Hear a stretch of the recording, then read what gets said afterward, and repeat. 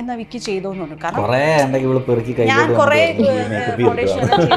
എന്താന്ന് വെച്ചാൽ ചെയ്തോ, എനിക്ക് സമയമില്ല. ഞാൻ ഇവരെല്ലാം ചെയ്ത് ഞാൻ വന്നപ്പോഴത്തേക്കും വിക്കി സുന്ദര കുട്ടപ്പനായിട്ട് ഒതുക്കി സെക്കൻഡ് പ്രഗ്നൻസി നമ്മൾ പെട്ടെന്ന് വരുന്നു. അത് നമുക്ക് എന്തൊക്കെ സ്കിൻ കെയർ നിങ്ങൾ പേഴ്സണലി എടുക്കാറ്?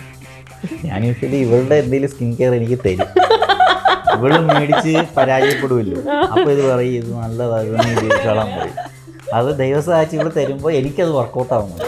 ഒരു സ്കിൻ കെയർ റൊട്ടീൻ എന്താണ് ചെയ്യുന്നത്? സത്യസന്ധമായിട്ട് പറഞ്ഞു കഴിഞ്ഞാൽ സ്കിൻ കെയർ ഇല്ല.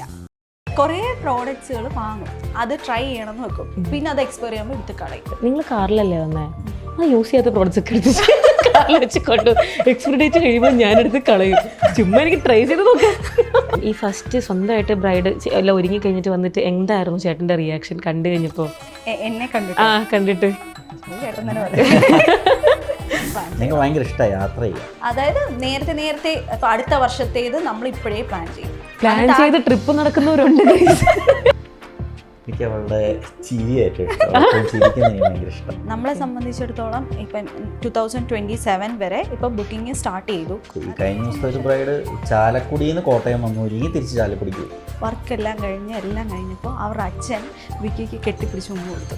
അല്ലല്ല, ഈ പാരൻസ് വരുമ്പോൾ ഫുഡ് ബ്രേക്ക്ഫാസ്റ്റ് കൊണ്ടുവരുമല്ലോ, അപ്പോൾ നമ്മൾ പുറകെ മേക്കപ്പ് ചെയ്യുമായിരിക്കും. ഇവർക്ക് ഒരു രൂപ കൊടുക്കും, നമുക്ക് നമുക്കൊരു